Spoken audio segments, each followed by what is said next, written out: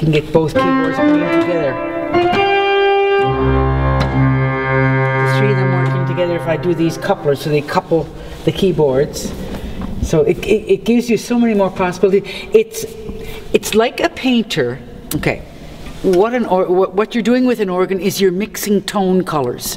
A painter will mix different visual colors, like the dark colors, the light colors and all that.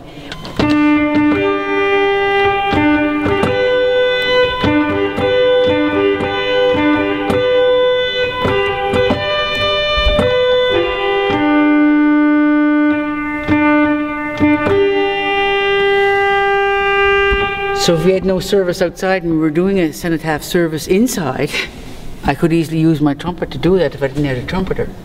So you're mixing the sounds that you hear, so it's called tonal color. And then this is the new one we had put in.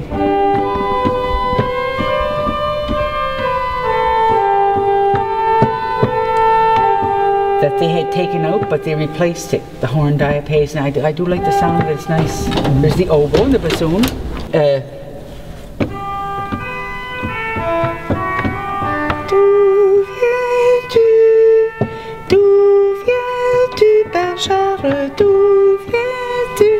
So it's kind of a little fantasy thing, but some Christmas ones I like to play with the oboe and the bassoon, just a different sound. But you see that there's a lot of wooden pipes back there too, because you need that for your blend of sound. It's essentially an orchestra in one instrument, right? So if I want to, I'm playing something and I forgot to pull my stops and I want to get a medium loud, so.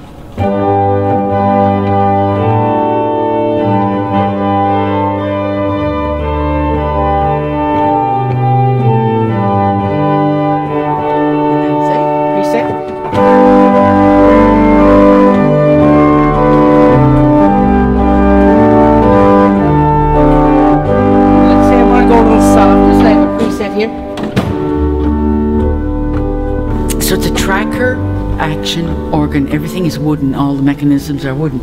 So when I pull a stop, these are going to move, and they pull a board which is underneath where the pipes go in. So the pipes go into a board, and I'm sorry I don't remember the technical terms. They go into a board and it's essentially like upside down. This board underneath is pushed against, so there's no air can get through those pipes.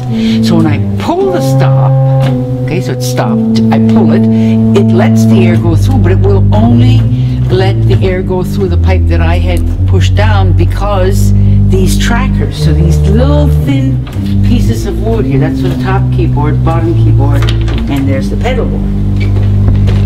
When I push down the note, it pulls that little piece of wood this way, so horizontally, and then vertically, and then the vertical one is connected to what's called a roller board, and then that will let the air go through the pipe that needs the air. And there are 600 pounds of blocks here, and that's partly to keep the pressure constant.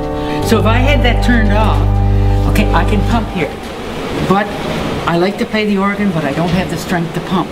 So it will, if you'll notice, see, the air is going in there.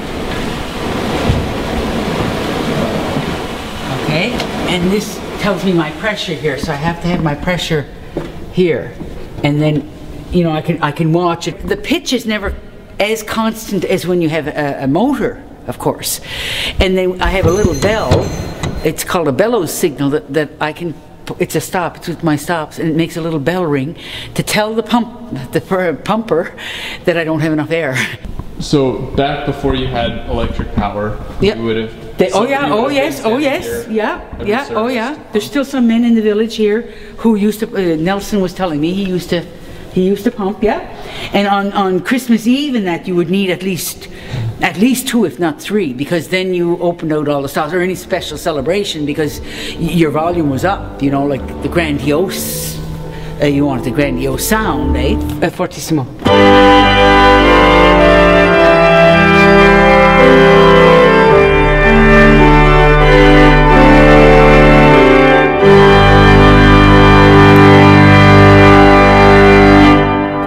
So they're called sets, they were also malfunctioning when we had this work done. So really there was a lot of malfunction going on. It was work, and that was one way to convince the local people that yes, it needed to be done. Ciphering I couldn't control, or some pedal snap, let go, and so you're hearing that you couldn't get rid of unless you had a big enough elastic that you could catch it and attach it to that. So we repaired some things in that during the match. So they knew that it needed repair. I was telling Alexandra there too about the raising the money, $150,000.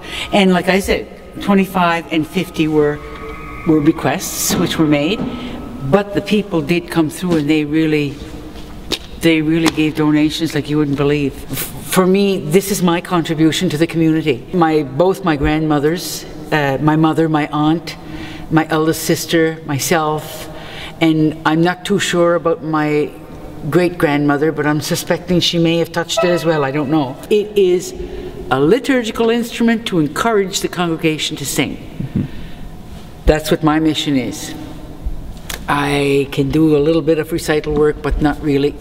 That is what my mission is with liturgical music, and using this instrument is to encourage the people to sing the whole liturgy, so be it the ordinary of the Mass or the hymns.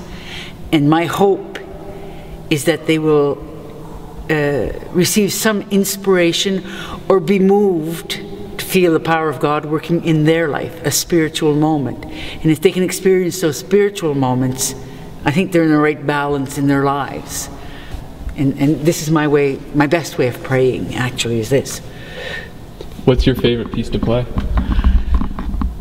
I would have to say the O Canada, honestly, because it does something to me. I think it's because I taught it so much in school, and all that goes with it, the freedoms, and I realized the first time I'd gone to Europe what it meant, freedom, because there were people from Romania who were at the course with me, and I realized those people have absolutely no idea what freedom means. And that's when I understood how lucky we are. And so that when I'm lucky enough to be playing this instrument and to encourage the people to sing the O Canada with pride, it's not a wimpy little thing, you belt it out, you know, and I guess I would have to say that. And then, of course, the Ave Maristella, the Acadian national anthem, there's an arrangement that was made by a man who was born the same month as the organ was put in. His name, Benoit Poirier, and he became organist at Oratoire Saint-Joseph in Montreal, and he did variations on the Ave Maristella. So we were the first choir in the world, really, to record that. Now that too, I was just like this when my mother used to take me to the meetings for the Acadians, and I remember singing that with pride, you know, and that. But once I understood what freedom was, back in 1979 when I was in France taking that course, and I realized that some people in the world don't have a clue what freedom is, how fortunate we are.